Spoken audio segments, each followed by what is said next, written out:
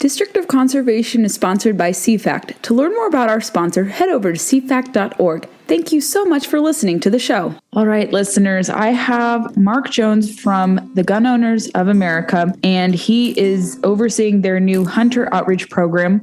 And we're going to talk about why the organization has decided to take an interest in encouraging hunting, what the program is all about, and how Second Amendment interests can bolster hunting in this country. So, Mark, thank you so much for joining.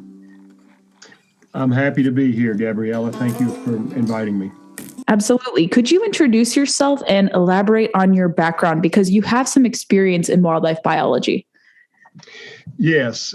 Well, I am a retired wildlife biologist. I spent almost 3 decades in the profession working for either a university or a state agency. So I'm still a certified wildlife biologist. My time was primarily in government service in the past.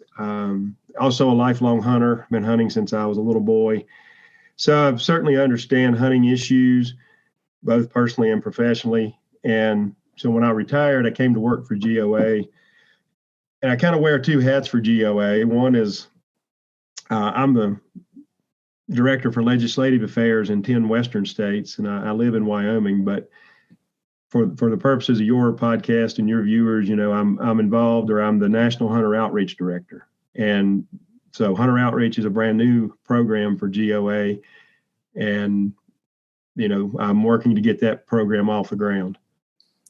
Could you explain what the program plans to prioritize and how you plan to outreach to hunters? Are you guys backing legislation, outreach efforts, hunter recruitment? What specifically are you doing to kind of appeal to that, I would say, demographic? Yeah, that's a great question. So we've got several goals, I guess, or you could call them. We want to educate and mobilize hunters to be active Second Amendment supporters. We want to recruit hunters to be politically active at the local, state, and national level. We want to combat Second Amendment apathy within the hunting community. We want to demonstrate the safe and ethical use of firearms in hunting. And if you really kind of combine everything or look at the big picture, our real goal is to get America's hunters more organized and mobilized to defend their Second Amendment rights. And then there will also be some more hunting related issues we'll get involved with.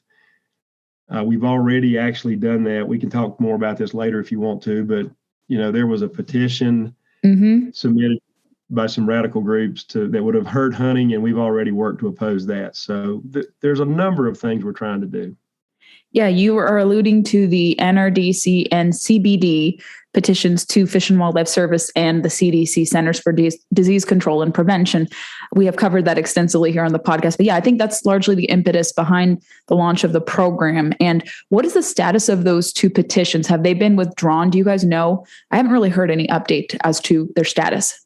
Yeah, I talked to someone really in the know, if you will, in the system, and they don't think those petitions are going anywhere right now. There's not a lot of interest from the federal government to move those right now, but that could change, as you've seen with other issues happening in our country very quickly, very fast. Executive action and other types of draconian actions from our federal government, that could change. So people shouldn't be complacent. But for now, those kind of seem to be on the back burner. There's not a lot of interest from the feds in pushing those any further. Interesting. Yeah, anything can happen because they could not comment on it for a while, and then they decide one morning, hey, we're going to rule on this or do this, or maybe they've been advised not to because there could be potential blowback to such decision making that they're considering with those 2 petitions. But it was interesting that they haven't even outright rejected it, which signals to those of us in conservation spaces that, okay, why are they appeasing these groups? Are they worried about blowback, about losing financial support from them because they largely donate to this administration and supporters of this administration? So maybe they're trying to toe a careful line, but it remains to be seen exactly how that is. But kind of back to the tagline of your new hunter outreach program, you basically say that the Second Amendment isn't about hunting, obviously, and we have a lot of anti-gun, gun control supporters always try to lump the two, that it's about duck hunting or something as trivial as that, and there's more to the Second Amendment. However, as you alluded to, hunters should care about the Second Amendment. Is it largely because of Pittman-Robertson funds and how guns and ammo largely fuel conservation funding, over 50%, from what I am understanding, and because they use different firearms that,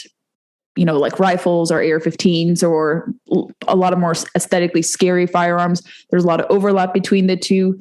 Why do you think hunters should be more involved in the Second Amendment cause? Well, that's a great question. And I want to make it clear, the founders didn't write the Second Amendment because they were scared of deer. They didn't write the Second Amendment to protect hunting. But hunters should be engaged with the, Second Amendment issues for a number of reasons. And one, I want to give you, an example, and I know you're familiar with this. But hunters in Australia and Great Britain were blindsided a few decades ago when those countries' politicians came after their firearms. Many hunters that thought that the weapons they used would never be restricted. And now what we see in those countries is that most common sporting arms are outlawed or restricted. That many of them were destroyed by those governments.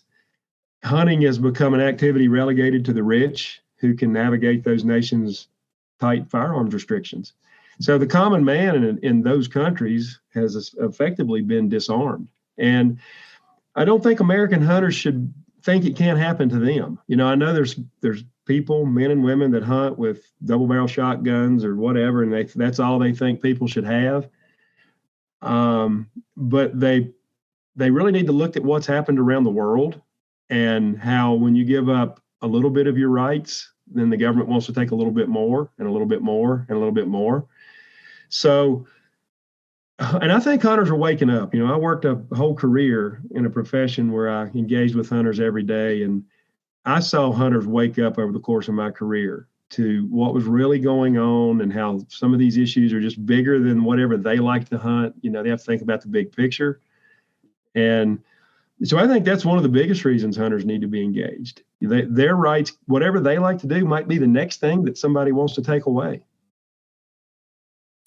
That's certainly the case, what you see in many legislatures that have a certain political tilt to them. I've noticed, let's say in the states like New Mexico, New York, California, when they start to become increasingly anti-gun, they tend to become anti-hunting as well. We saw efforts for them in California, although they were unsuccessful, to ban black bear hunting.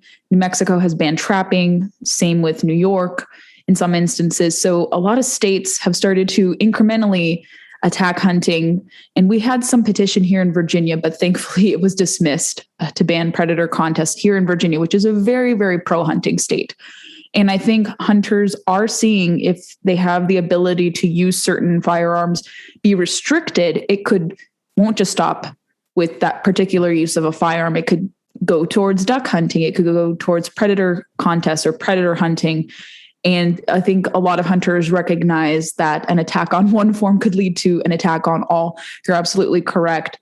But I think in this country, I think most hunters still, I understand there's a debate among hunters, and I'm new to hunting myself personally, so I've tried to understand that some people prefer not to use so-called high-powered AR-15 rifles. Some stick to traditional shotguns. Some don't mind using AR platforms. And I think giving people the choice is perfectly okay. That's what we should continue to maintain here in this country, because if we just did like what Australia or New Zealand does, like severely banning semi-automatic rifles, that would completely undercut people's ability to go hunting. And I've hunted with AR-15 type guns. I've done it suppressed in Wyoming. Actually, I went to the Black Hills about a year ago and I got my first deer ever, actually. And I used an AR platform that was suppressed.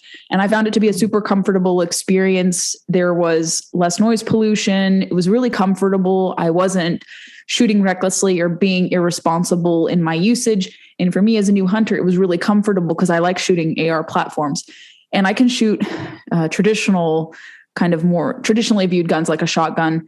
Muzzleloaders are kind of so for me. I didn't really have the best experience shooting them. I find them to be a little more difficult to finagle.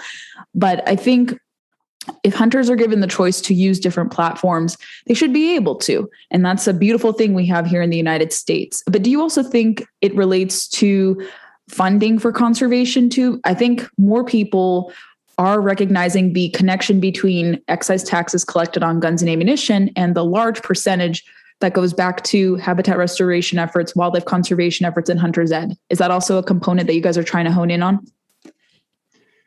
Well, that is a very complicated issue, the whole Pittman-Robertson funding issue.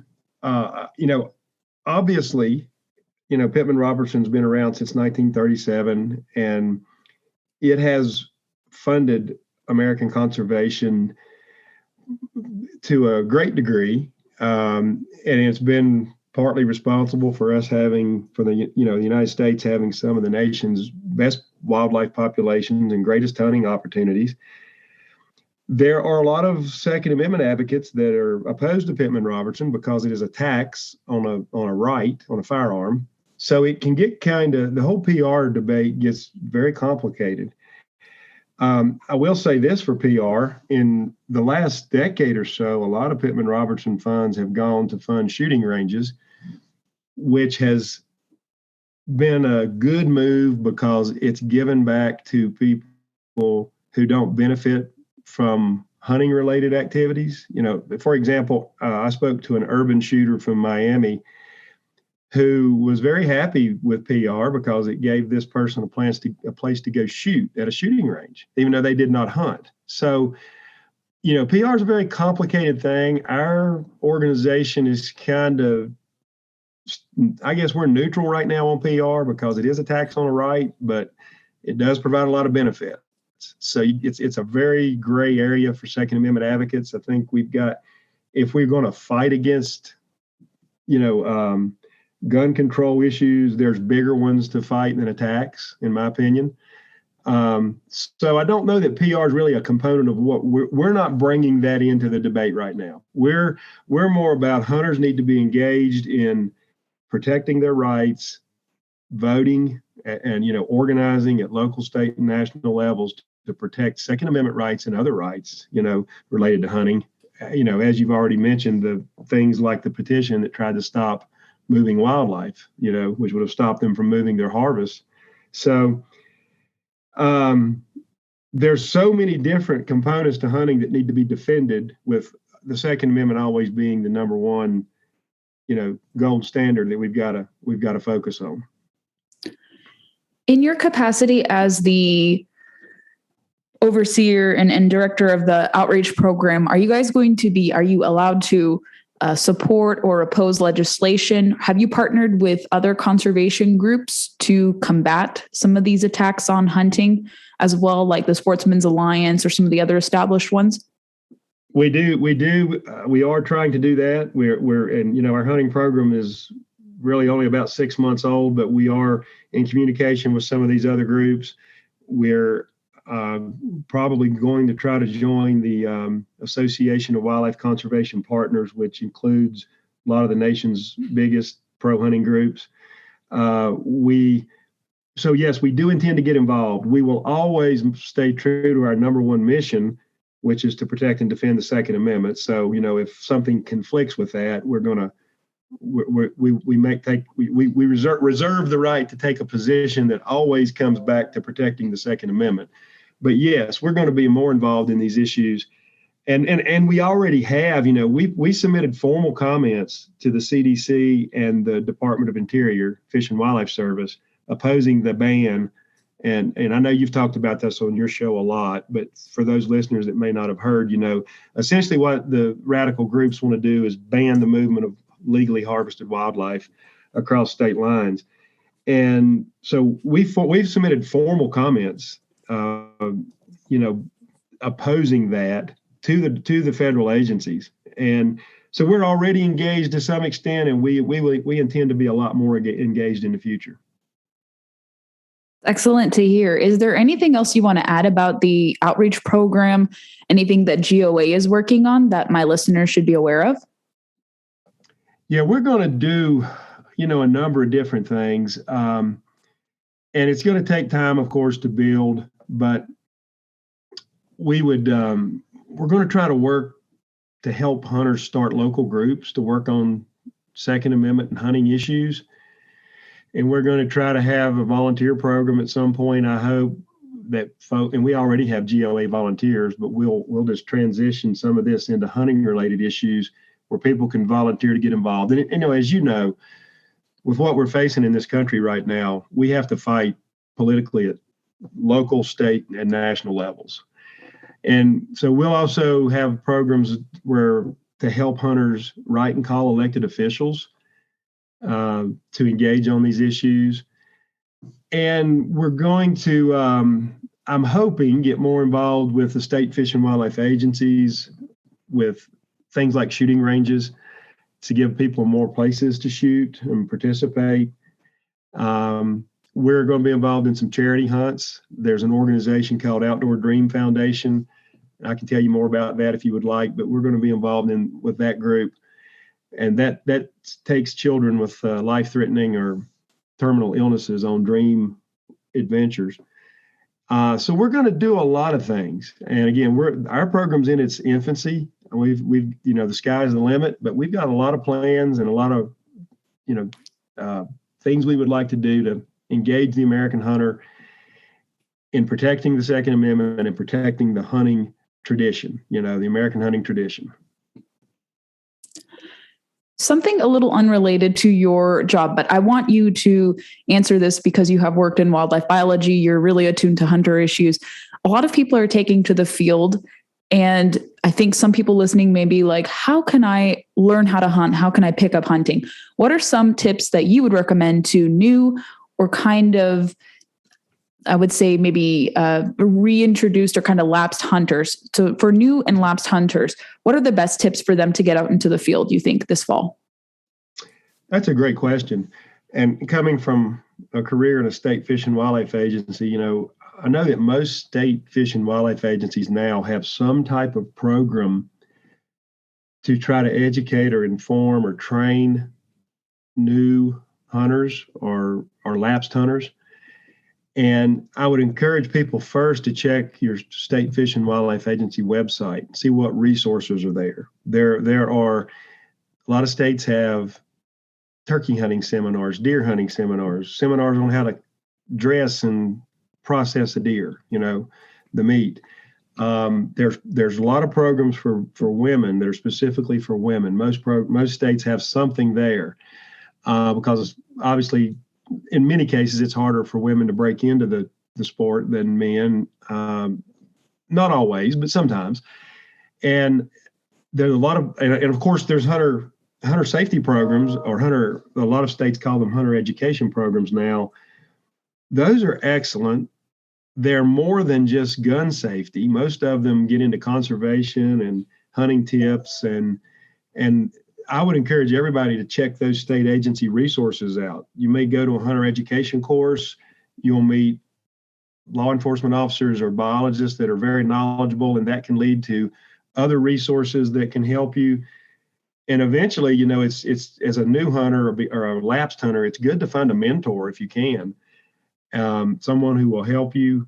And there are a lot of people out there willing to do that. It takes some work and effort sometimes to find them. And there's probably other ways too. A lot of the NGOs, non-governmental organizations, are offering resources for new hunters too. Boone and Crockett Club, I think, offers some resources. National Wild Turkey Federation, Pheasants Forever. So you can get on the internet and research all these state agency and NGO options and find out about a lot of programs that are out there that can help you in that regard. Where can everyone connect with you personally to learn about the new program and GOA? Where would you send them to? Well, they can go to our website at gunhunters.org. If they are, have specific questions, they're welcome to email me, at mark.jones@gunhunters.org.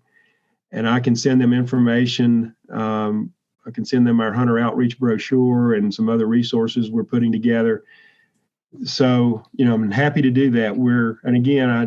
Folks will have to be patient. We're in our beginning stages of this program, so there's a lot to be done, a lot of work to be done. And but we would love to have people check us out and send us requests for info and engage us in these efforts, because our goal, one of the things we've said, according to the Fish and Wildlife, the U.S. Fish and Wildlife Service, there are 15 million licensed hunters in America. So there are probably quite a few million more that don't have to have licenses because they own land or their family owns land. But there are well over 15 million hunters. And hunters represent a powerful voting group, if they would stand up together, they could really sway American politics in a positive way. Excellent. Yes, we'll be sure to reference those in the show notes and direct everyone to connect with you individually, the organization across social media, and we will keep tabs on all updates. Thank you, Mark, so much for coming on District of Conservation. I hope people check out the program, and we appreciate your efforts. Thank you. Hey, thank you very much, Gabriella, for having me on, and hope to talk to you, again in the future. Thank you for listening to the show. I hope you enjoyed this episode. Make sure you're following us on your preferred podcast player.